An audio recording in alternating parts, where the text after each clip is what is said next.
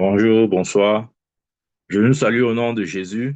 Nous allons continuer avec notre série d'enseignements intitulée L'autorité du chrétien ou du croyant. Rappelons-nous, j'ai dit qu'une des bénédictions que nous avons dans le christianisme, c'est d'avoir par l'autorité de Dieu. L'autorité du croyant n'est rien d'autre que celle de Dieu. Ce n'est pas une autorité réduite, ce n'est pas l'ombre de l'autorité que Dieu détient, mais c'est la totalité de l'autorité. En d'autres termes, ce que Dieu peut faire à partir de son autorité, c'est la même chose que nous pouvons faire. Amen. Je prie au nom de Jésus afin que notre divinité nous soit révélée. Ouais, très souvent, nous définissons comme des petits êtres fragiles, vulnérables, comme des êtres vraiment euh, ouais, faibles. Ça n'a rien à voir avec le christianisme. Bien-aimé, tu n'es rien de toutes ces choses-là. N'essaye pas de te définir par ces choses, parce que ça ne cadre pas avec ce que tu es en Christ Jésus. Amen. Nous parlons ce soir de l'autorité du croyant. Ouvrons notre Bible dans Éphésiens. Éphésiens chapitre 1, je lis à partir du verset 15. Il dit, c'est pourquoi moi aussi, ayant entendu parler de votre foi au Seigneur Jésus et de votre charité pour tous les saints, je ne cesse de rendre grâce pour vous, faisant mention de vous dans mes prières. L'apôtre Paul avec un fardeau spécial pour l'église d'Éphèse. Il dit, je ne cesse de rendre grâce à Dieu pour vous, faisant mention de vous dans mes prières. Et quelle était sa prière? Verset 17.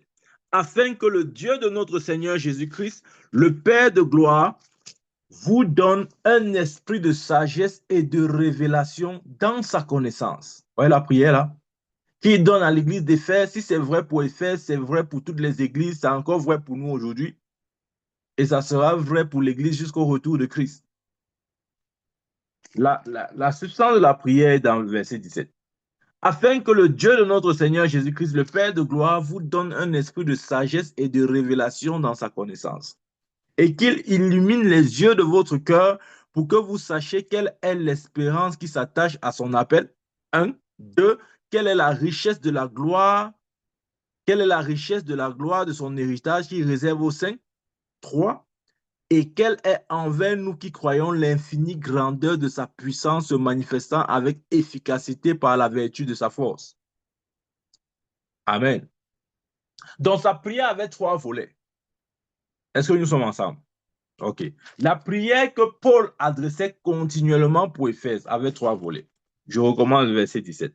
Afin que le Dieu de notre Seigneur Jésus-Christ, le Père de gloire, vous donne un esprit de sagesse et de révélation dans sa connaissance. Deux, qu'il illumine les yeux de votre cœur pour que vous sachiez quelle est l'espérance qui s'attache à son appel, quelle est la richesse et la gloire de son héritage qui réserve aux saints. Trois, quelle est envers nous qui croyons l'infinie grandeur de sa puissance se manifestant avec efficacité par la vertu de sa force. Verset 20. Il l'a déployé en Christ, en le ressuscitant des morts et en le faisant asseoir à sa droite dans les lieux célestes. Verset 21. Au-dessus de toute domination, de toute autorité, de toute puissance, de toute dignité, de tout nom qui se peut nommer non seulement dans le siècle présent, mais encore dans le siècle à venir. Verset 22. Il a tout mis sous ses pieds et il l'a donné pour chef suprême à l'Église. Verset 23. Qui est son corps, la plénitude de celui qui remplit tout en tous.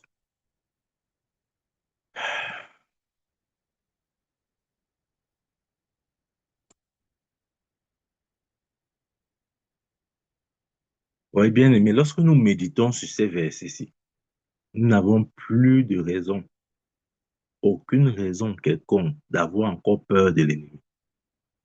Parce que ces versets nous donnent, comment dire, nous donnent une représentation exacte de notre autorité par rapport aux forces des ténèbres. Amen. Ici, Paul adresse cette prière à l'église d'Éphèse. Et il demande que Dieu leur accorde un esprit de sagesse et de révélation. Ça veut dire quoi? Ça veut dire que l'église d'Éphèse ou encore Paul voulait que l'église d'Éphèse ait la connaissance révélée. L'épignosis, la connaissance exacte, précise. Ce n'est pas la connaissance mentale. Non, il ne s'agit pas d'une connaissance mentale. Amen. Il s'agit d'une connaissance révélée. Amen. En d'autres termes, Paul voulait que leur esprit flot dans la lumière de Dieu. Rappelons-nous, la Bible dit que Dieu est lumière. Paul voulait que leur esprit flot dans la lumière de Dieu. Amen. Et pour que ce soit possible, il faudrait qu'ils parviennent à cette compréhension spirituelle. Ouais, cette compréhension spirituelle nous amène dans, dans la réalité ou dans la révélation de notre héritage. La Bible dit que nous sommes héritiers de Dieu et co-héritiers avec Christ. Ça, c'est vrai. Mais est-ce que nos yeux sont ouverts sur notre héritage? Point d'interrogation. Il a dit aussi longtemps qu'un héritier est un enfant indifférent, rien d'un esclave, quoi qu'il soit maître de tout. Ce n'est pas simplement le fait de dire j'ai un héritage. C'est vrai, mais est-ce que tes yeux sont ouverts? C'est pour ça qu'il est pris en disant qu'il illumine les yeux de votre cœur, afin que vous sachiez quelle est l'espérance qui s'attache à son appel, quelle est la richesse de la gloire de son héritage qui réserve au sein. Il y a un héritage qui réserve au sein, mais ce ne sera disponible que pour ceux dont les yeux ont été ouverts ou sont ouverts. Amen. Si tes yeux sont fermés, tu ne verras pas. Tu vas croire que le christianisme, c'est une religion parmi tant d'autres.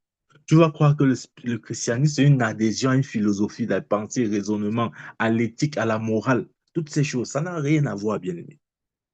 Mais pour réaliser ça, tes yeux doivent être ouverts. C'est pourquoi, comme Paul, fais cette prière-là chaque jour. Bien aimé, ça doit être ta prière quotidienne. Ne ferme pas les yeux sans avoir prié cette prière. Amen. Parce que si tu es chrétien et que tes yeux sont fermés, je veux te dire, ta vie ne sera pas différente de la vie d'un païen. Je reprends. Si tu es chrétien et que tes yeux sont fermés et qu'il n'y a pas l'illumination du cœur, il n'y a pas cet esprit de révélation, cet esprit de sagesse et de révélation dans sa connaissance, je peux te rassurer, ta vie ne sera pas différente de celle du païen. Ce n'est pas possible. Ce n'est pas possible d'avoir une vie meilleure ou une vie à l'image de celle du Fils de Dieu sans la révélation, sans l'esprit de sagesse et de révélation dans sa connaissance, sans parvenir à ce niveau de compréhension spirituelle. Amen. En fait, c'est quoi la connaissance révélée? La connaissance révélée, c'est une connaissance dont nous pouvons nous en servir. C'est-à-dire, ce que je veux dire, c'est que tout ce que tu appelles connaissance là, si tu ne, si tu n'arrives pas à l'utiliser, ce n'est pas encore la connaissance révélée. Parce que la connaissance révélée nous est communiquée pour être utilisée. Si tu as une connaissance et que tu n'arrives pas à l'utiliser, ça veut dire que ça ne t'a pas encore été révélé. Je prends un exemple.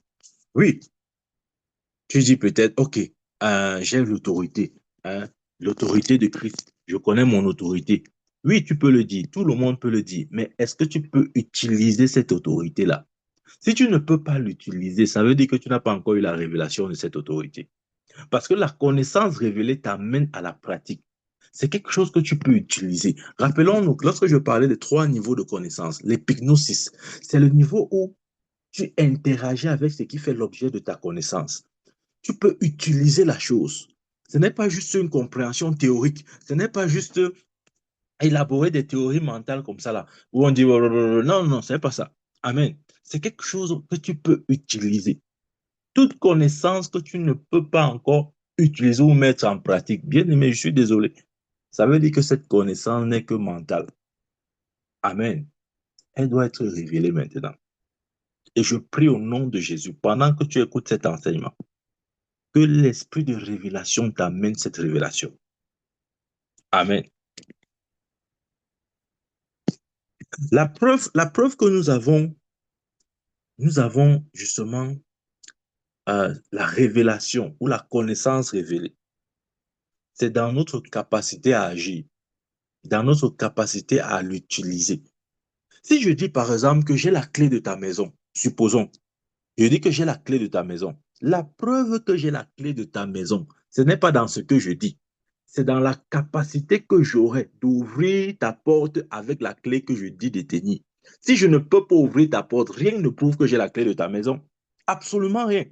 Tout le monde peut se lever et dire j'ai la clé de ta maison. Qu'est-ce qui prouve que tu as la clé de ma maison?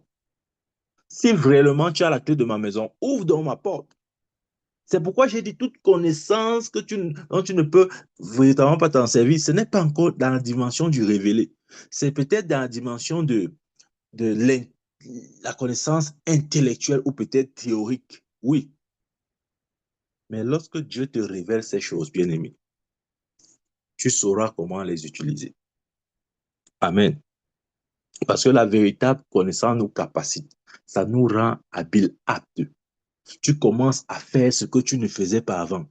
Tu ne peux pas. La preuve que tu as l'autorité, par exemple, c'est ton pouvoir ou ta domination sur les forces des ténèbres. Ça, c'est la preuve que tu as l'autorité. Tu ne peux pas dire, j'ai l'autorité de Jésus, j'ai l'autorité m'a été donnée. Et tous les jours, tu es toujours le même ou tu es toujours la même à subir. Non, bien-aimé. Ça veut dire que la compréhension que tu as de ton autorité, ce n'est pas encore la dimension révélée. C'est pourquoi Paul, lorsqu'il parle, il dit, je prie afin qu'il vous donne un esprit de sagesse et de révélation dans sa connaissance. On a besoin d'une connaissance exacte, précise, d'une connaissance qui est manifestée ou bien qui nous parvient par un esprit de sagesse. Amen.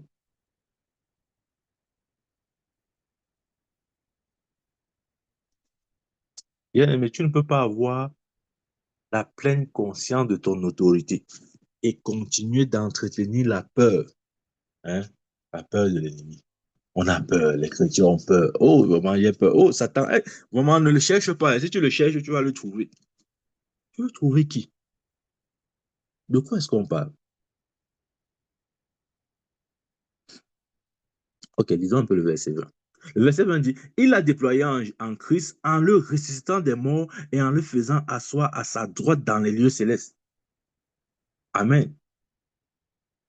Il a déployé, il a déployé en Christ en le ressuscitant des morts.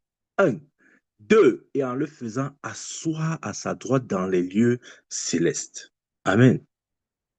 Ça veut dire que pour que Jésus ressuscite, le Père a engagé une grande puissance. Le Père fait usage d'une grande autorité. Et ce n'est même pas ça la bonne partie de l'histoire. La bonne partie, c'est que c'est justement cette autorité-là. L'autorité par laquelle Christ est sorti, est ressuscité. C'est cette autorité-là que Dieu nous a donnée.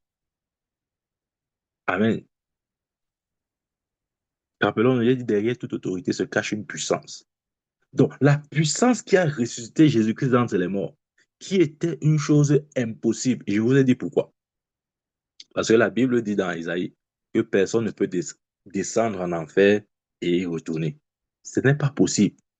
Ce n'est pas possible d'arriver en enfer et de sortir. Ce n'est du tout pas possible.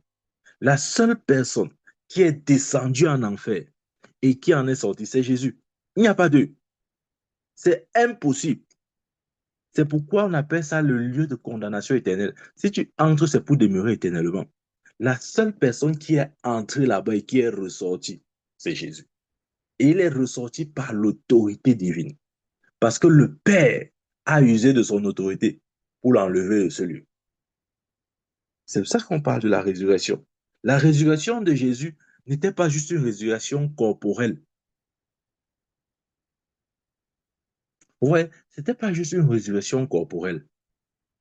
Il fallait que Dieu ramène son esprit à la vie. Parce que son esprit était en enfer.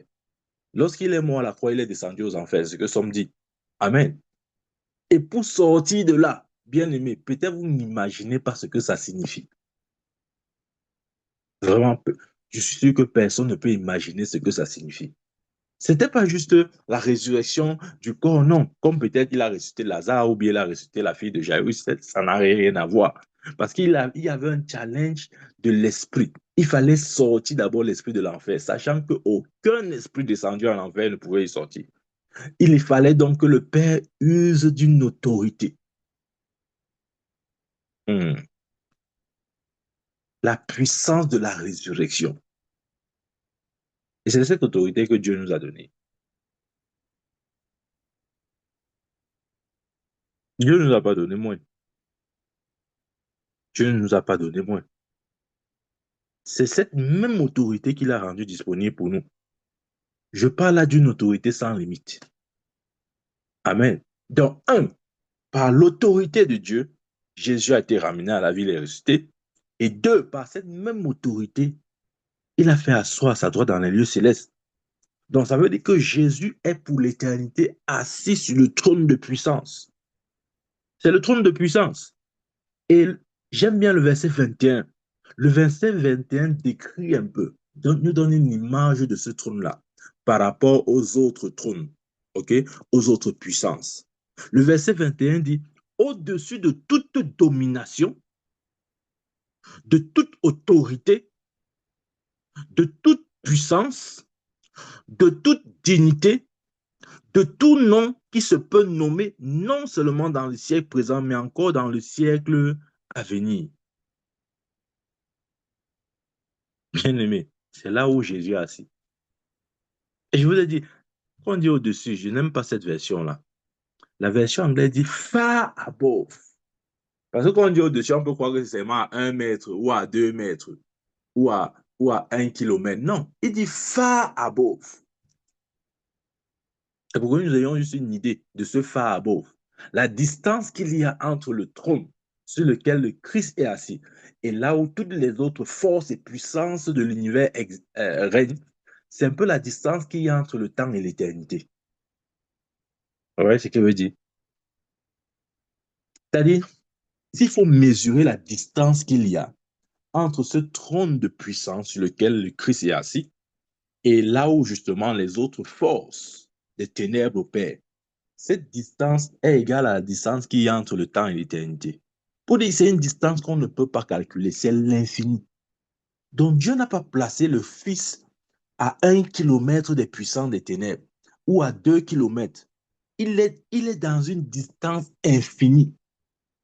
C'est pourquoi la version anglaise dit far above. En fait, on ne peut pas mieux expliquer qu'en utilisant cette expression. Mais la réalité, c'est ce que j'essaie de nous dire. C'est une distance qui relève de l'ordre de l'infini. Tu vois, quand tu lis comme ça, tu vas dire, oui, c'est normal, c'est Jésus. Hein, tu veux quoi? C'est quand même Jésus. Non! Amen. En passant, Jésus n'avait pas besoin de s'asseoir à la droite de Dieu. Parce que avant qu'il ne vienne dans ce monde, il était la parole de Dieu. Il demeurait dans le Père. Et son nom, c'était la parole.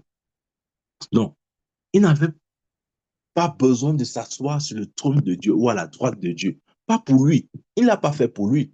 Si ce n'est que pour lui, il est Dieu de toute éternité. Il ne change pas. Mais s'il a fait, c'est par rapport à nous. Parce qu'il s'identifie à l'Église. Et Paul dit ici au verset 22, il dit, il a tout mis sous ses pieds. Mhm. Regardez, la Bible n'a pas dit qu'il a tout mis sous sa tête. Il faut bien lire la Bible. Ouais, le problème, c'est ça. C'est que, ça dit qu'on lit la Bible, on lit pressé, pressé, pressé. Bien-aimé, ne sois pas pressé. Quand tu lis la Bible, débranche-toi. Tu n'es pas le moulinex, débranche-toi d'abord. Ne pars pas vite, vas-y doucement. Sinon, tu vas manquer beaucoup de choses. Sinon, tu vas lire sans comprendre ce que la Bible dit. Il dit, il a tout mis sous ses pieds. Il n'a pas dit sous sa tête, il a dit sous ses pieds. Pourquoi? Regardons la suite. Il a tout mis sous ses pieds et il l'a donné pour chef suprême à l'Église. Verset 23. Qui est son corps, la plénitude de celui qui remplit tout en tous. Donc les pieds dont on parle, ce ne sont pas... Parce que Jésus est la tête, l'Église est le corps. On a dit qu'il a tout mis sous ses pieds.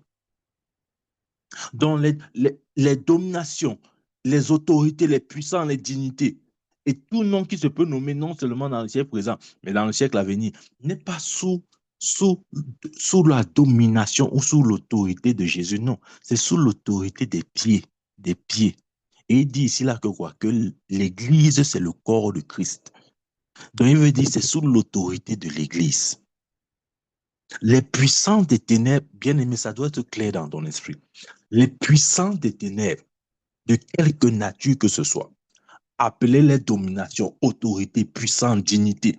Tout nom qui se puisse nommer, non seulement dans le siècle présent, mais dans le siècle à venir, c'est sous les pieds de l'Église. Ce n'est pas sous la tête. Christ, c'est la tête. Non, ce n'est pas sous la tête. Voilà pourquoi si l'Église ne fait rien, la tête ne peut rien faire. Amen.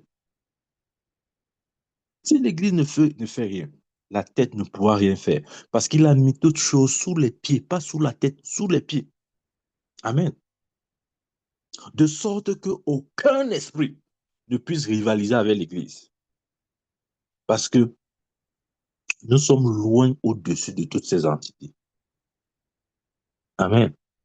Et j'aime bien la fin du verset, il dit, et de tout nom qui se peut nommer, non seulement dans le siècle présent, mais encore dans le siècle à venir.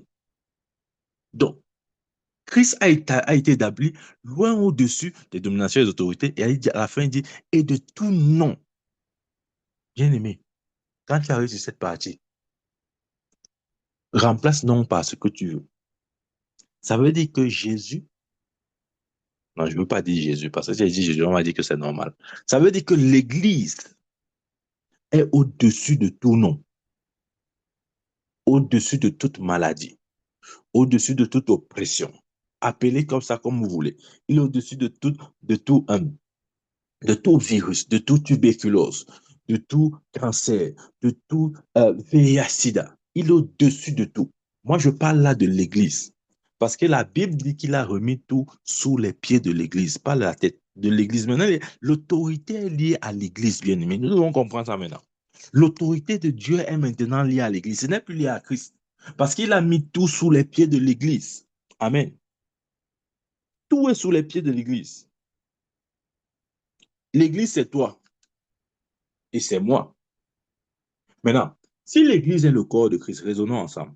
Si l'Église est le corps de Christ, ça veut dire que toi et moi, nous faisons partie ou nous sommes un membre de ce corps.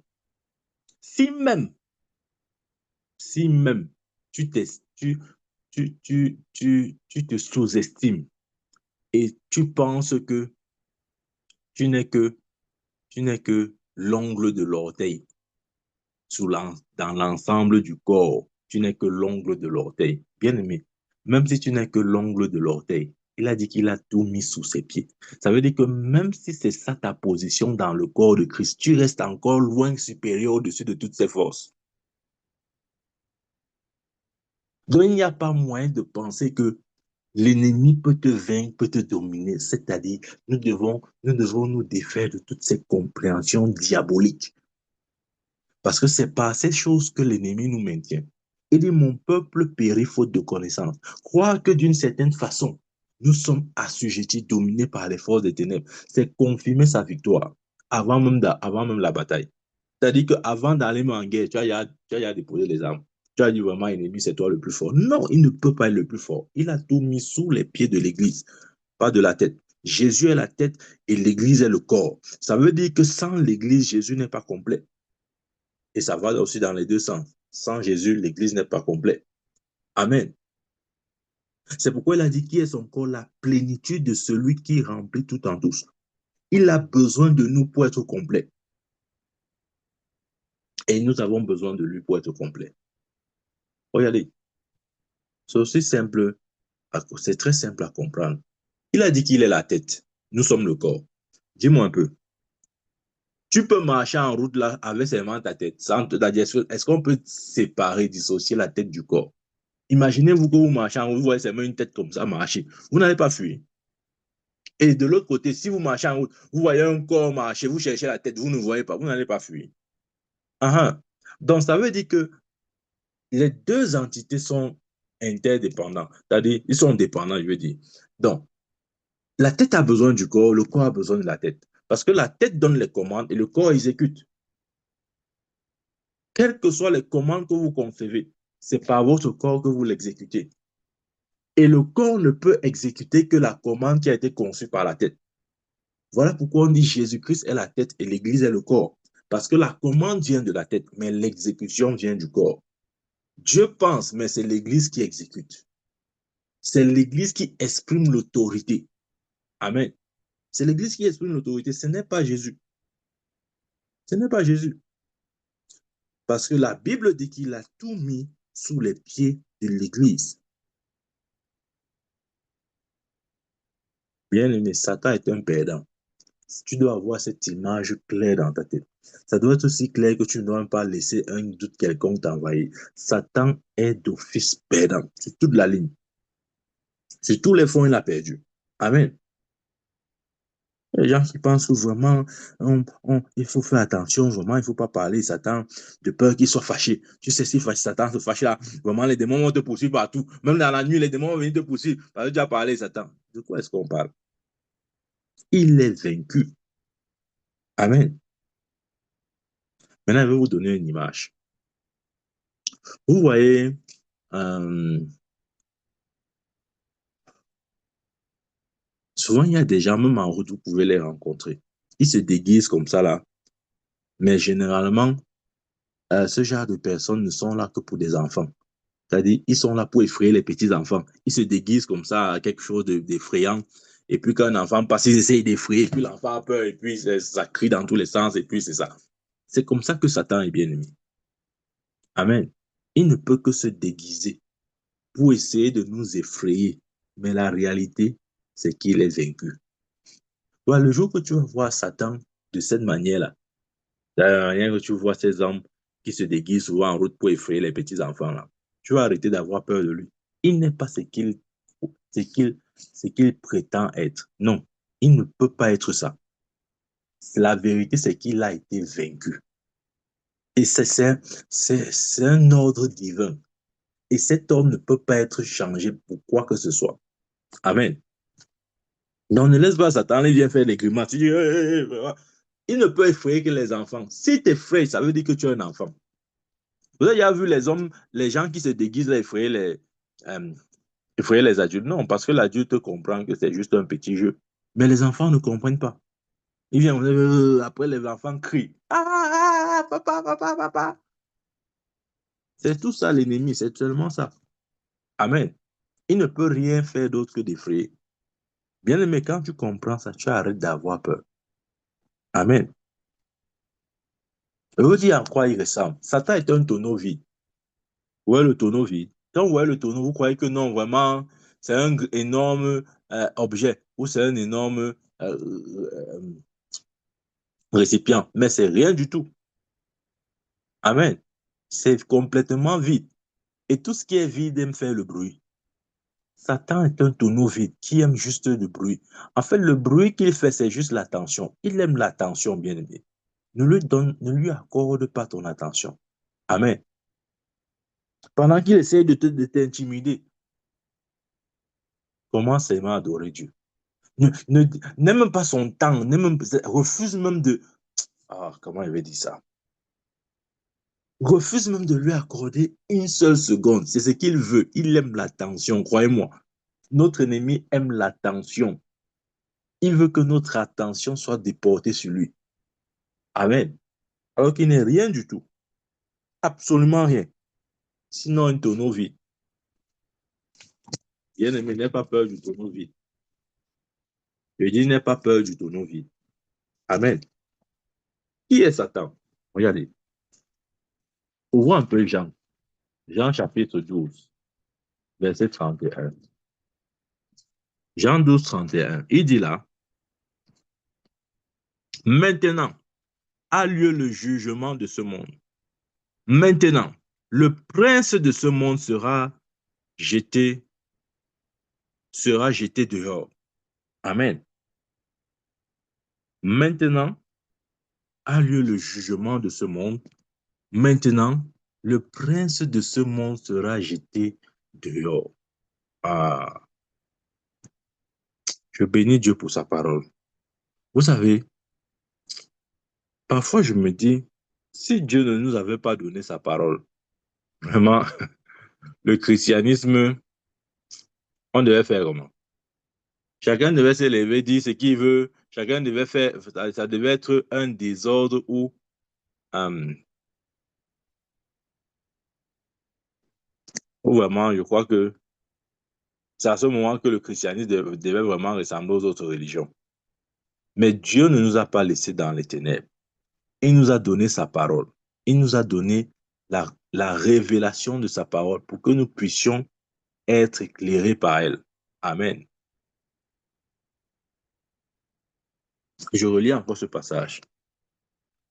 Maintenant a lieu le jugement de ce monde. Maintenant, le prince de ce monde sera jeté dehors. Le prince de ce monde sera jeté dehors. De quoi est-ce que Jésus parle ici? Ok, lisons le verset suivant. Et moi, quand j'aurai été élevé de la terre, j'attirerai tous les hommes à moi. Verset 33. En parlant ici, il indiquait de quelle mort il devait mourir. Amen. Ici, c'est Jésus qui parle. Et il dit, maintenant a lieu le jugement de ce monde. Maintenant, le prince de ce monde sera jeté dehors. Amen.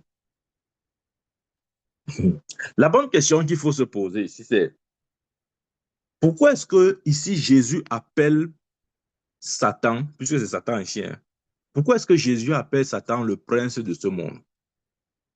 Pourquoi? Pourquoi Jésus utilise l'expression le prince de ce monde? Parce que Satan, à ce moment où Jésus parle, comment il dit ça? À ce moment, quand Jésus dit le prince de ce monde sera jeté dehors, à ce moment précis là, Satan était, j'ai envie de dire, l'héritier. Amen. Parce que un prince, c'est celui qui hérite d'un héritage. OK? Et lorsqu'il utilise le mot prince de ce monde, c'est pour dire que Satan a reçu un héritage. Amen. Et il a reçu cet héritage de qui? De Adam. Lorsque Adam a désobéi contre Dieu, il a passé l'autorité qu'il avait sur le monde à Satan. Et c'est à ce moment qu'il devient le prince de ce monde, par héritage.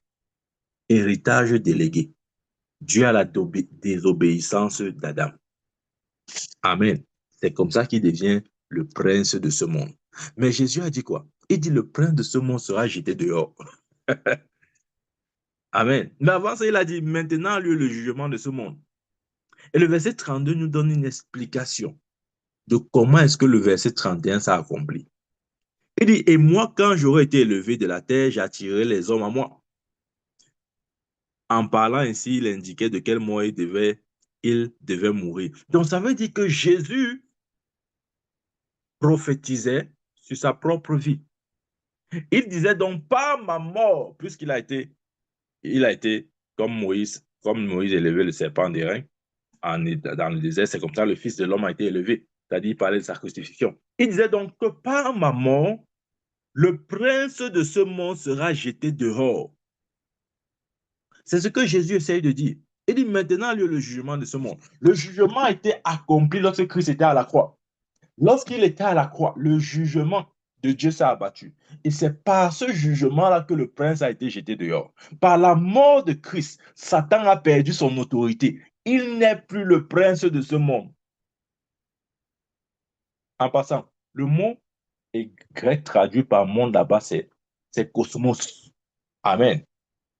C'est cosmos. Donc, Satan n'est plus le prince de ce monde. Et cosmos, en grec, signifie beaucoup de choses. Je vais vous donner juste quelques significations. Cosmos signifie terre, cosmos signifie habitant de la terre, cosmos signifie homme, cosmos signifie race humaine, cosmos signifie masse des hommes séparés de Dieu, cosmos signifie ceux qui sont hostiles à Christ, cosmos signifie la totalité des biens terrestres, les richesses, avantages, plaisirs. C'est ça le cosmos. Donc, il était le prince du cosmos. Il était le prince, comment il dit ça, comment il dit, des biens de la terre. C'est lui qui gérait les biens de la terre, les richesses. Il était le prince de la race humaine. Mais Jésus a prophétisé en disant que quoi? Que lorsque le jugement viendra, le prince de ce monde sera foutu à la porte. Et le jugement s'est abattu sur Christ à la croix. Amen. Lui qui n'a commis de point de péché, il a fait devenir péché afin que nous soyons en lui justice de Dieu. Dieu a exercé son jugement sur Christ pour que le prince de ce monde soit foutu à la porte. Et gloire à Dieu, depuis ce jour, bien aimé, que tes yeux soient ouverts. Depuis ce jour, il a cessé d'être le prince du cosmos. Il a cessé d'être le prince de la terre. Il a cessé d'être le prince des habitants de la terre. Il a cessé d'être le prince des hommes, de la race humaine. Il a cessé d'être le prince de la masse des hommes séparés de Dieu. Il a cessé d'être le prince, vous comprenez, il a cessé d'être l'héritier des biens terrestres, des richesses. Quand le jour où Christ est mort à la croix. Amen. C'est ce jour-là, bien-aimé. C'est pourquoi à la croix, Jésus a dit une chose. Avant de rendre l'âme, il a dit, tout est accompli. Hmm. Avant de rendre l'âme, Jésus a dit, tout est accompli. De quoi est-ce qu'il parlait? Quand il dit tout est accompli, de quoi est-ce qu'il parlait? Un, il mettait là la fin de, de l'Ancien Testament ou de l'Ancienne Alliance, parce que la Bible dit que pour qu'une nouvelle alliance soit mise en vigueur, il faudrait que le testateur meure. Donc la mort de Christ marque d'un côté la fin de l'Ancien Testament et le début du Nouveau Testament, parce qu'il faudrait que le testateur meure. Et c'est le même principe même dans la vie courante. Si un père existe, aussi longtemps qu'un père existe, son testament perd sa valeur. Mais dès qu'il meurt, son testament entre en vigueur. Parce que c'est pas la mort, c'est la mort du testateur c'est pas la mort du testateur que le testament prend tout son sens. Donc, le jugement s'étant abattu sur Jésus, le prince de ce monde, de ce cosmos, celui qui avait le contrôle sur les richesses du monde, Satan, il a été foutu à la porte. Tu vois? Donc, quand tu comprends ça comme ça, là, c'est-à-dire que tu chantes seulement, c'est-à-dire que tu as envie de louer Dieu du matin jusqu'au soir. Amen. Donc, à la fois, il dit tout est accompli, il met fin à l'alliance de l'Ancien Testament et une introduction pour le Nouveau Testament. Et il met aussi fin, parce que tout aussi accompli signifie aussi qu'il met fin à la domination de Satan. Amen. À ce moment, il n'est plus le prince du cosmos. Il n'est plus le prince du monde. J'ai expliqué. Il n'est plus celui-là qui contrôle les richesses de la terre. Amen. Non, il a perdu ce pouvoir-là. Il a perdu ce pouvoir. Mais avant, il avait ce pouvoir. Rappelons-nous la tentation de Jésus dans le désert. Qu'est-ce qu'il avait dit? Satan avait dit à Jésus que si tu es fils de Dieu, non, pas si tu es fils de Dieu, il a dit, prosterne-toi devant moi et je te donnerai tous les royaumes de la terre. Et cela m'a été donné et je donne à qui je veux. Il ne mentait pas, hein. Les gens croient que Satan c'est menteur, il ment partout. Non, Satan ne ment pas toujours. Des fois, il dit aussi la vérité. C'était vrai, ce jour-là, il disait la vérité à Jésus. Parce que s'il mentait, Jésus devait le reprendre en disant que menteur. Non. Il a dit, si tu te prosternes et m'adores, je te donnerai toutes les richesses du royaume, toutes les richesses de la terre, car cela m'a été donné. Il parle de quoi? Il parle d'Adam. Les richesses de la terre, le cosmos. Quand Adam a péché, la désobéissance d'Adam a rendu Satan le prince du cosmos, des richesses de la terre. Amen. Le prince de la race humaine. C'est pour ça qu'il avait autorité sur la race humaine et sur tout ce qui se trouvait sur la terre. Amen. Mais lorsque Jésus est mort, oh mon Dieu, la seconde où Jésus a expiré, bien aimé, ça marquait la fin du règne de Satan. C'est à ce moment-là qu'il a cessé d'être le prince du cosmos. Amen. Donc il n'est plus le prince de ce monde. Depuis la mort de Jésus, il n'est plus le prince de ce monde.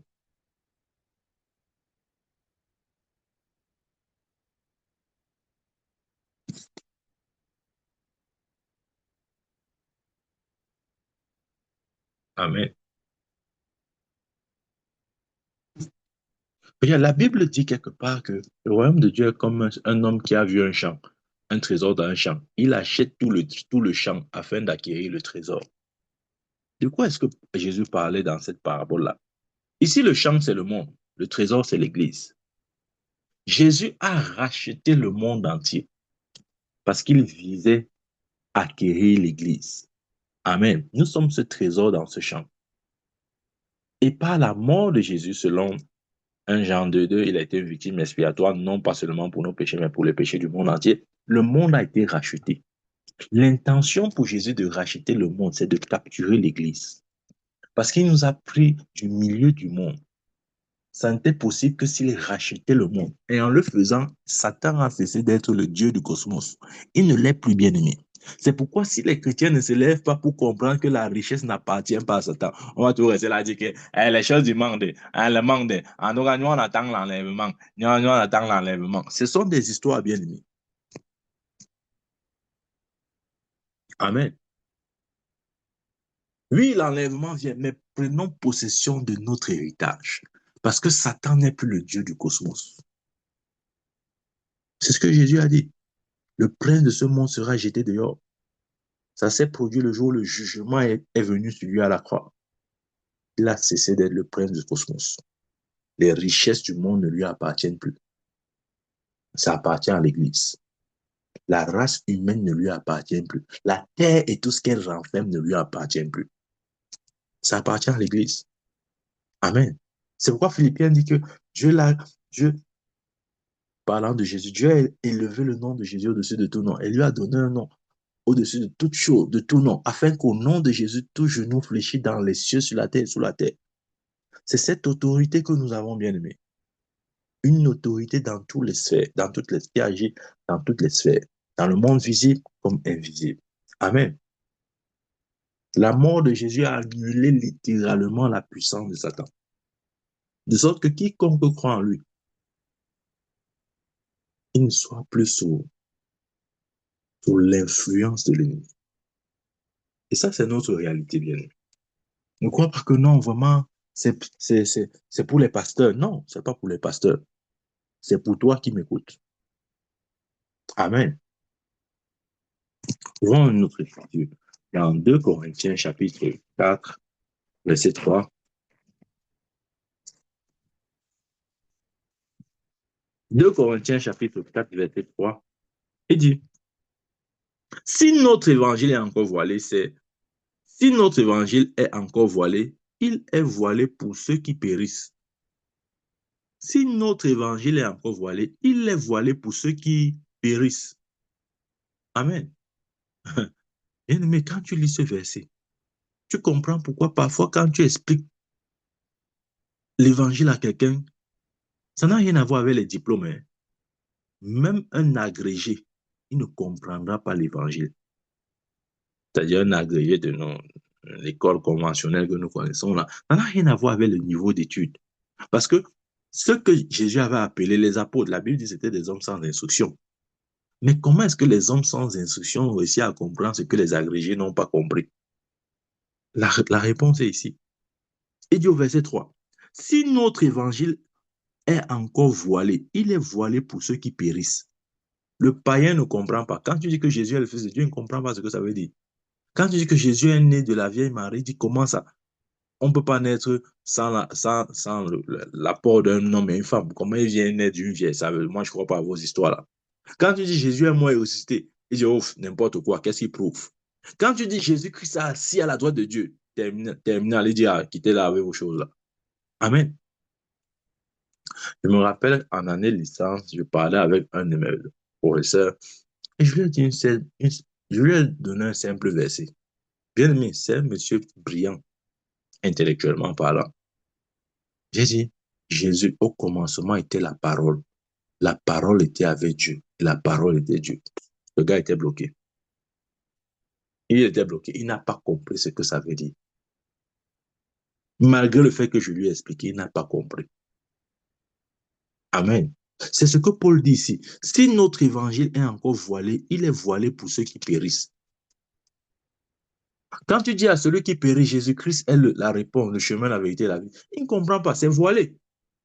C'est voilé pour lui. Amen. Le verset 4 dit, pour les incrédules dont le Dieu de ce siècle, suivez maintenant, je veux nous présenter encore un autre mot, ok? On a vu le premier mot monde qui était traduit par cosmos. Maintenant, nous allons voir un deuxième mot, ok? Il dit, pour les incrédules dont le Dieu de ce siècle, une autre version dit, dont le Dieu de ce monde, ok? Si vous avez une autre version, vous allez voir, on va dire le Dieu de ce monde. C'est différent du prince de ce monde. Faisons bien la différence. Ok? Il y a la différence entre le prince de ce monde ou le prince du cosmos et le Dieu de ce monde. C'est différent. Ok. La différence est où? J'en viens. Et pour les incrédules dont le Dieu de ce siècle, ou si vous voulez, le Dieu de ce monde, certaines versions disent le Dieu de ce monde, a aveuglé l'intelligence afin qu'ils ne vissent pas briller la splendeur de l'évangile de la gloire de Christ qui est l'image de Dieu. Ouais, le rôle maintenant du Dieu de ce siècle ou le Dieu de ce monde, hein, qui est différent du prince de ce monde, je vais vous dire pourquoi c'est différent.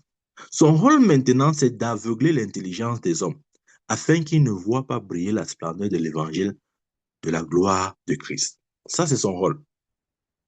Maintenant, revenons sur l'expression Dieu de ce monde. Et il pour les incrédules dans le Dieu de ce monde. Le mot hébreu, ou si vous voulez grec, utilisé là-bas, c'est aion. Amen. Aion. Ça, c'est différent de cosmos. Ouais. Avant la mort, suivez bien ceci, c'est bien important pour nous de poser bien cette différence-là. Avant la mort de Christ, Satan était le Dieu du cosmos, était le prince du monde. Ou si vous voulez, il était le prince du cosmos. Et j'ai expliqué, cosmos, c'est la Terre, les habitants, les biens de la Terre, les richesses, les avantages, la race humaine, etc. Ça, c'est le cosmos. Il était prince du cosmos. Mais par la mort de Christ, il a cessé d'être prince du cosmos. Parce que Jésus a dit que le prince du cosmos sera jeté dehors. Mais ici, l'apôtre Paul utilise un autre mot. Ici, ce n'est pas cosmos. Ici, il dit le prince de ce monde. Lui, second dit prince de ce siècle, mais une autre version dira prince de ce monde. Mais le plus important, c'est ce que le mot appelé comme vous voulez, siècle ou monde, à quoi est-ce que ça renvoie? C'est le mot grec utilisé là-bas, c'est aion. Et aion, ce n'est pas le cosmos. Aion, c'est, si vous voulez, une période de temps, un âge, une dispensation du temps. OK? Aion parle aussi d'un système. Amen. Ok, je reviendrai dessus. N'oublions pas ce que je viens de dire là. Il a dit le Dieu de ce monde, le Dieu de Aion. Ce n'est pas cosmos. Satan n'est plus le prince du cosmos, mais il est encore le Dieu de Aion. C'est différent, bien aimé. Quand Christ est mort, il a cessé d'être le prince du cosmos, mais il continue d'être le Dieu de Aion, ou si vous voulez, le Dieu de ce monde. Amen. De cet âge, de cette dispensation. Amen. Le aion signifie le système du monde. Je donne un exemple. Aujourd'hui, nous assistons à des phénomènes tels que la dépravation des mœurs, la destruction, les oppressions, bref, tout ce qui est négatif dans ce monde. Le système, comment je vais dire ça? Le système que le monde met en place pour assujettir, pour dominer, pour contrôler. C'est ça le aion. Et c'est pour un temps. Amen. Nous connaissons bien ce temps. La Bible dit que Satan est descendu sur terre sachant qu'il a peu de temps. C'est cette petite intervalle de temps-là. Ou si vous voulez, c'est cette période de temps. Amen. où justement, par un système mis en place par les hommes et dirigé indirectement par Satan, il essaye toujours de vouloir oppresser les hommes. N'étant plus le Dieu du cosmos, il demeure le Dieu du Ion par son système. Ouais, c'est pour ça que Jésus avait dit un jour que nous sommes dans le monde, mais nous ne sommes pas du monde. Nous sommes dans le cosmos, mais nous ne sommes pas dans le Ion. Nous ne sommes pas dans le système du monde, bien qu'étant dans le cosmos, sur la terre. Amen. Parce que pour nous, il n'est pas le Dieu de ce monde. Nous n'appartenons pas à son système. Nous n'appartenons pas à le Ion. Nous sommes dans le cosmos, mais nous ne sommes pas dans le Ion. Parce qu'avant, il avait double influence. Il était le Dieu du cosmos. Il était en même temps le Dieu du Ion. Mais quand Jésus meurt, il cesse d'être le Dieu du cosmos. Mais si vous voulez, il cesse d'être le prince du cosmos. Mais il demeure le Dieu du Ion. Voilà pourquoi Jésus dit, vous êtes dans le monde, mais vous n'êtes pas du monde. Vous n'appartenez pas à ce système que lui, il a mis en place pour continuer d'essayer de gouverner le monde. Amen. Mais pour ce qui concerne la terre et tout ce qu'elle renferme, par la mort de Christ, Jésus a dit quoi? C'est comme un homme qui a vu un champ, qui a vu un trésor, il achète tout le champ pour avoir le trésor.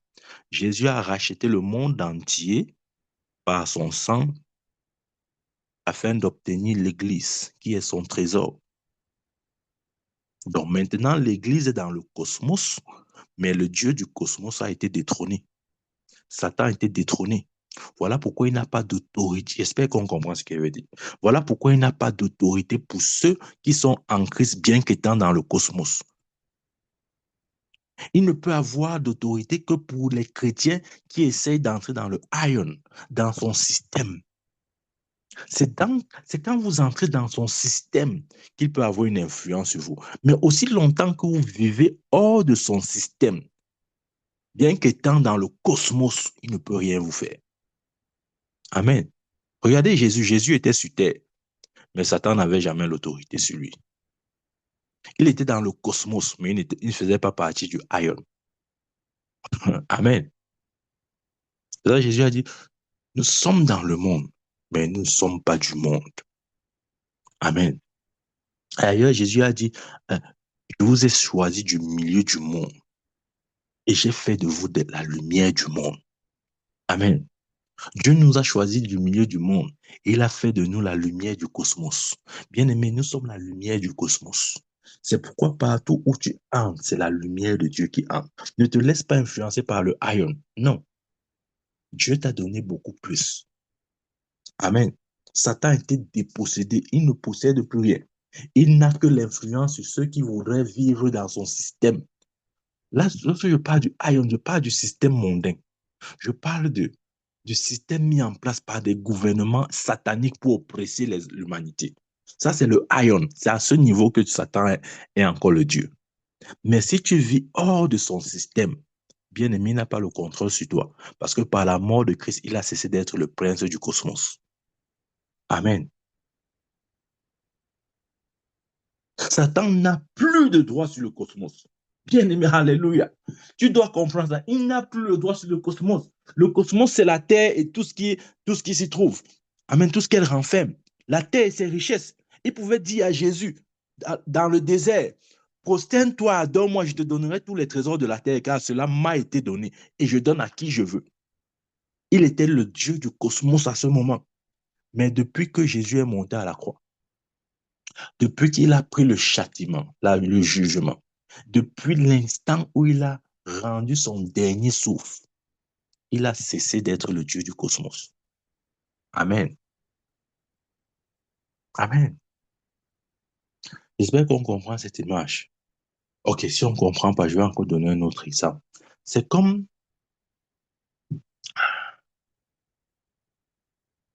ouais, la Bible dit, lorsqu'on parle de la création, je vais donner ces deux éléments. La Bible parle du sec et de l'eau. OK? L'eau et la terre. L'homme, bon, prenez vraiment ça comme une représentation, hein. L'homme a appelé à vivre sur la terre. Nous ne vivons pas dans le milieu aquatique. Le milieu aquatique est réservé pour les poissons. Donc maintenant, si l'homme quitte son milieu terrestre pour essayer d'aller vivre dans le milieu aquatique, il se crée des problèmes. Parce que ses poumons n'ont pas été conçus pour le milieu aquatique. Ses poumons ne sont pas là pour respirer ou bien pour absorber de l'eau. Non, nous absorbons de l'air. Mais le poisson peut vivre dans le milieu aquatique. Ce que je veux dire, bien aimé, c'est que quand tu sors du système du ion, de l'eau, pour rester dans le système terrestre dans lequel tu as été créé et dans lequel tu es censé fonctionner, l'eau n'a aucun pouvoir sur toi. Le ion n'a pas de pouvoir sur toi, bien aimé.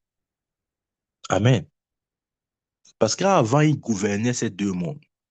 Mais depuis la mort de Christ, il a perdu son autorité sur le cosmos. Il n'a que le ion. Et le ion n'est que pour les gens qui, qui s'identifient à ce monde-là. Et Jésus a dit, je vous ai tiré du milieu du monde. Vous êtes dans le monde, mais vous n'êtes pas du monde. Amen. Refusons toute autre influence. Acceptons l'influence de Dieu dans notre vie. Amen. Bien, mais ce que veut dire, c'est que Satan n'a pas accès à tes possessions. Satan n'a pas accès à tes biens. Satan n'a pas accès à tes richesses. Puisqu'il n'est plus le prince de ce monde, il n'est plus le prince du cosmos. Une des choses, une des choses parmi tant d'autres, bien sûr, qui faisait que Satan pouvait toucher Job, c'est parce que à ce moment-là, Satan était prince du cosmos. Il avait l'autorité sur les richesses du monde. Mais maintenant, il n'a plus l'autorité. En plus de la raison que j'aime souvent donner, qui est que Job vivait dans la peur, il ne connaissait pas Dieu, tout ce qu'on veut. Mais une autre raison, c'est que à ce moment-là, puisque Jésus n'était pas encore mort à la croix, il était le prince du cosmos. Et j'ai dit, le cosmos renvoie aussi à la totalité des biens terrestres. Voilà pourquoi il pouvait prendre et retirer. Amen. Mais aujourd'hui, c'est terminé. Bien-aimé, il faut comprendre ça. C'est terminé. Il ne possède, il n'a plus aucune autorité sur tout ce qui te concerne. Pourvu que tu ne vives pas ou que tu n'essayes pas de t'approcher du ion, du système du monde. Parce que nous ne sommes pas du monde. Amen. Il n'a pas cette autorité. N'essaye pas de lui donner une autorité qu'il a perdue depuis 2000 ans. Nos richesses sont hautement sécurisées par le principe du royaume ou par les principes du royaume. C'est pourquoi, bien aimé, quand on dit, ouais, il faut prendre la vérité dans son entièreté aussi. Il ne faut pas seulement prendre une partie, dire que ah, le prophète a dit que non. Attends, je vais t'expliquer. C'est vrai. Il n'est plus le prince du cosmos. OK? Il n'est plus celui-là qui règne ou qui gouverne, qui contrôle les biens de la terre. C'est vrai. Mais maintenant, si tu dis que tu es enfant de Dieu, tu dois démontrer ton appartenance à Dieu par ton obéissance. Si tu n'obéis pas à la parole de Dieu, tu donnes accès au diable à tes richesses. C'est pourquoi Jésus a dit, le prince de ce monde vient, mais il n'y a rien de lui en moi. Donc, c'est par l'application des principes que nous démontrons que nous ne faisons pas partie du ion. Autrement dit, Satan n'a pas de pouvoir sur nous. C'est d'ailleurs pour la raison pour laquelle nous démontrons cette appartenance en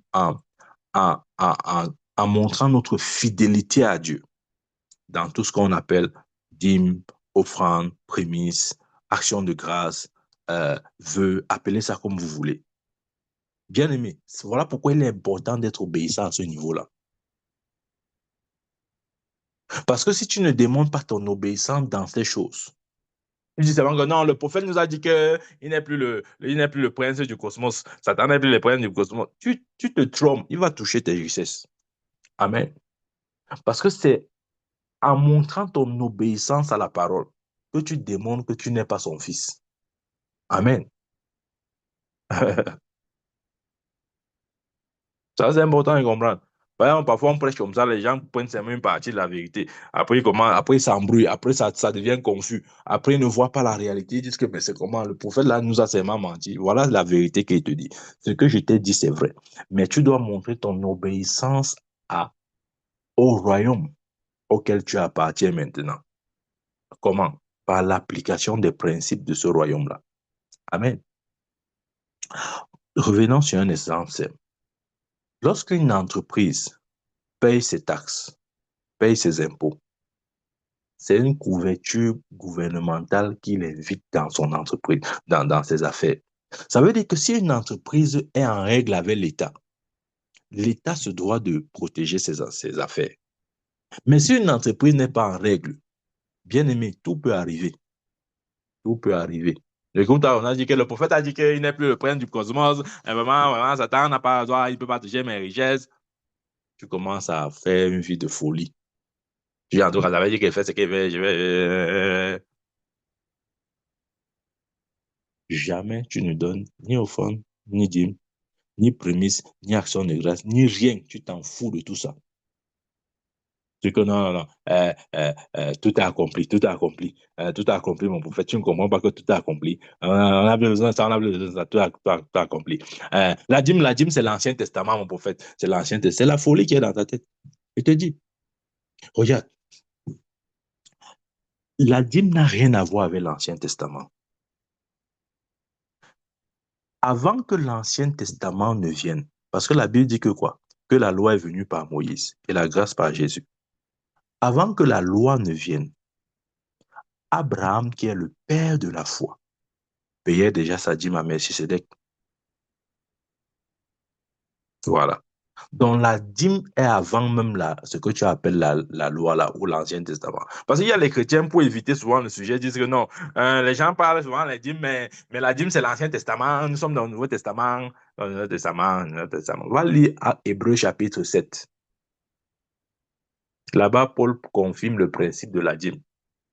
Il faut lire, il ne veut pas lire à ta place, va lire, si tu as des doutes. Amen. Donc ça veut dire que même si c'est vrai que Satan n'a pas accès aux biens de la terre, donc par conséquent, nos biens, nous devons démontrer notre obéissance. Bien aimé, tu ne peux pas dire que tu appartiens au royaume, un royaume et tu fais tout ce que le royaume a fait. Tu es dans les interdits. C'est-à-dire, tu fais tout pour faire ce qu'on ne doit pas faire. Et t'attendre que non, d'une certaine manière, le royaume va te protéger. Ça, il n'y aura pas de protection pour toi. Je dis la vérité. Amen. On doit dire ça comme ça. Maintenant, c'est après, si tu veux, tu interprètes comme tu veux, mais il t'a déjà dit la vérité. Ça, c'est vrai, hein? Croyez-moi. Amen. C'est vrai, c'est un principe. Ça ne loupe personne. Même, je vais vous dire, personne n'est au-dessus de la loi. Je dis, personne n'est au-dessus de la loi. Si moi-même qui vous parle, je n'applique pas ça, ça va me rattraper. Les gens croient que non, vraiment, certains versets, c'est seulement pour les chrétiens. Hein, ça ne touche pas les pasteurs. Qui vous a dit ça? Si Abraham, le père de la foi, on n'a pas dit que le prophète Michael, c'est le père de la foi. Je ne suis pas mon père de la foi, non. Si le père de la foi a appliqué ça, et si je m'identifie comme étant fils d'Abraham, je suis qui pour ne pas appliquer? Amen. Donc, bien aimé, nous devons prendre la vérité dans sa totalité. Ne prends pas un morceau de vérité, tu cours avec, après ça ne marche pas, tu dis que vraiment, il ne comprend pas. Non, tu comprends, je t'ai expliqué aujourd'hui. C'est de ça qu'il s'agit. Amen. Donc, c'est important de mettre nos richesses à l'abri du haillon. Bien aimé, c'est pourquoi je suis de ceux qui pensent que la prospérité d'un homme ne dépend pas du système économique du pays dans lequel il se trouve. Je ne crois pas à cette doctrine. Je refuse de conditionner ma richesse par rapport à un gouvernement. Amen. Parce que si c'était le cas, lorsque Isaïe, il faut lire, lorsque Isaac, on va lire, je crois, Isaac chapitre 20, Genèse chapitre 26, la première fois que Isaac est devenu fort riche, c'était dans un pays ou dans un territoire où la sécheresse avait été officiellement annoncée. D'ailleurs, la preuve, c'est que tout le monde avait fui le territoire. mais c'est là qu'il est devenu fort riche. Donc, je ne crois pas que la richesse d'un homme dépend d'un système économique. Sinon, nous nous soumettons au iron. C'est ça le iron, le système économique du monde. Amen. Malheureusement, les chrétiens vivent encore à la lumière de cette révélation-là. On dit que, on a dit que quoi? Le dollar a fait comment? L'euro a fait comment? Non, ça va, c'est que, non, ça va, j'ai perdu les affaires. Vraiment, mes affaires vont plus marcher. On dit que la Banque mondiale fait, ça veut dire que, bien aimé, ne t'identifie pas avec ces choses, par ces choses-là. Amen. Non. Notre provision ne vient pas d'un système, d'une banque quelconque, non. Ou d'un système, non, non, non, non, non, non, non, je refuse ça, Seigneur, je refuse ça. Ma richesse, la Bible dit, je lève les yeux vers les montagnes d'où me vient mon secours. Mon secours ne vient pas d'un gouvernement. Sinon, je me soumets au ion, au système du monde. Et dans ce système, rappelons-nous, Satan est le Dieu de ce système. Donc, si tu te soumets, si tu soumets tes je veux dire quoi, tes finances ou ta vie, quel que soit le domaine, à un système établi par l'homme, tu fais de Satan le Dieu de ta vie. Amen. Ça, il faut le dire. Parce que le principe de l'économie, ou l'économie du monde, ou de tout ce que les gens mettent comme théorie là, c'est un seul objectif. Hein. Ce n'est pas deux, ce n'est pas rendre les gens riches, ce n'est pas rendre les gens atteindre la liberté financière. Ça n'a rien à voir, bien aimé. C'est de maintenir l'homme en esclavage, c'est tout. Tout ce qui est créé là, appelez ça comme vous voulez, l'Organisation mondiale de la santé, l'ONU, tous ces machins-là, Banque mondiale, il n'y a aucune liberté là, c'est juste pour asservir, continuer à servir les nations. Amen. La véritable liberté n'est qu'en Christ Jésus. Dans Éphésiens chapitre 6, je lis à partir du verset 10. Il dit, au reste, fortifiez-vous dans le Seigneur et par sa force toute puissante. Revêtez-vous de toutes les armes de Dieu afin de pouvoir tenir ferme contre les ruses du diable. Ouais. Il dit quoi? Au reste, fortifiez-vous dans le Seigneur et par sa force toute puissante. En d'autres termes, prenez avantage de la force qu'il y a dans le Seigneur. Némi pouvait dire la joie du Seigneur est ma force. Prenons avantage de, de la force du Seigneur. Amen. Au reste, fortifiez-vous dans le Seigneur et par sa force toute puissante. Verset 11. Revêtez-vous de toutes les armes de Dieu afin de pouvoir tenir ferme contre les ruses du diable. Revêtez-vous de toutes les armes. Ça veut dire qu'on peut ne pas se revêtir de ces armes. S'il dit revêtez-vous, ça veut dire qu'il y a la possibilité qu'on ne le fasse pas. Ah, rappelez-vous, là, le dernier enseignement, je parlais de l'armure du chrétien ou les armes de Dieu. Le casque du salut, le bouclier de la foi, l'épée de l'esprit, la ceinture de vérité, la cuirasse, etc. Les chaussures que donne le zèle de l'évangile. Il dit revêtez-vous des armes, de toutes les armes de Dieu. Il donne la raison, afin de pouvoir tenir ferme contre les ruses du diable. Vous voyez comment il présente maintenant Satan là? Les ruses du diable. Rappelons-nous, j'ai parlé tout à l'heure de ces hommes qui se déguisent souvent pour effrayer les petits-enfants. Et vous voyez, ça n'effraie que des enfants. Un adulte ne peut pas se laisser effrayer par de telles choses parce qu'il sait que ce n'est que la supercherie, il n'y a rien de réel là. Mais les enfants sont effrayés. C'est ça qu'il appelle les ruses. Bien aimé, ce ne sont que des ruses. Il n'a pas l'autorité. Il ne peut procéder que par ruse. Revêtez-vous de toutes les armes de Dieu afin de pouvoir tenir ferme contre les ruses du diable. Verset 12. Car nous n'avons pas à lutter contre la chair et le sang, mais contre les dominations, les autorités, les princes de ce monde des ténèbres, OK? De ce monde des ténèbres. Là, c'est cosmos. Parce qu'il y a les entités pareilles sur la terre. Lorsque je parlais de la hiérarchie démoniaque, on parle des dominations, des autorités, des princes qui sont présents dans le cosmos et continue en disant contre les esprits méchants dans les lieux célestes. Amen. Verset 13. C'est pourquoi prenez toutes les armes de Dieu afin de pouvoir résister dans le mauvais jour et tenir ferme après avoir tout surmonté. Le mauvais jour, c'est le jour où Satan vient nous tenter. Amen. Si Satan vient te tenter et que tu n'as pas l'armure, l'armure dont tu es censé revêtir, bien aimé, ça sera chaud. Tout peut arriver. Amen. Quand Satan est venu tenter Jésus dans le désert, heureusement qu'il avait l'armure. Comment je sais? Il a dit, si tu es fils de Dieu, transforme cette pierre en pain. Il a répondu avec l'épée de l'esprit. en disant l'homme ne vivra pas seulement de pain, mais de toute parole qui sort de la bouche de Dieu. Le mot parole là, c'est rhéma. Oui, Jésus se revêtait de l'armure de Dieu. C'est pourquoi Satan n'a jamais pu triompher de lui. Donc maintenant que nous sommes en Christ Jésus, devons nous revêtir de cette armure. L'épée de l'esprit, le casque du salut, le bouclier de la foi, la cuirasse. Bien-aimé, il ne faut pas écouter l'enseignement sur l'armure du chrétien. Amen. C'est aussi ça qui nous maintient dans notre autorité, dans notre victoire. Dieu nous a délivrés. La Bible dit, gloire soit rendue à Dieu qui nous a délivrés des ténèbres à la lumière, de la puissance de Satan à la puissance de Dieu. Nous ne devons plus être assujettis par les forces de l'ennemi. Bien aimé, c'est une insulte à la rédemption. Voir un chrétien être encore dominé par les forces de l'ennemi, c'est une insulte à la rédemption. Amen.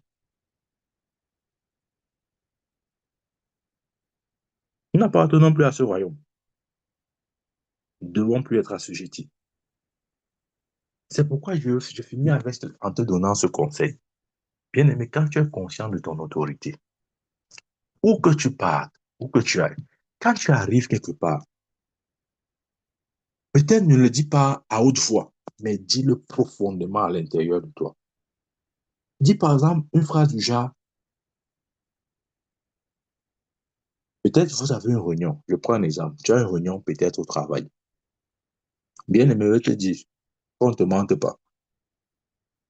Il y a les forces des ténèbres. Il y a les forces des ténèbres. Amen. Donc, nous devons prendre avantage de la force qu'il y a dans la grâce, prendre avantage de la puissance qu'il y a en, en, en Christ Jésus. S'il y a peut-être une réunion au travail, n'entre pas seulement dans la réunion là comme ça là. Non. Annonce-toi par ta parole. Tu vois, par exemple, je viens au nom de Jésus et avec l'esprit de domination. C'est-à-dire, je ne sais pas si on comprend ce qu'il veut dire. Ne vivons plus comme les païens. Annonce-toi, bien-aimé. Que ta parole annonce ta présence. Ça peut, ça peut n'être rien, mais c'est tout. Tu peux dire que, non, c'est quoi ça? Ça fait toute la différence, bien-aimé.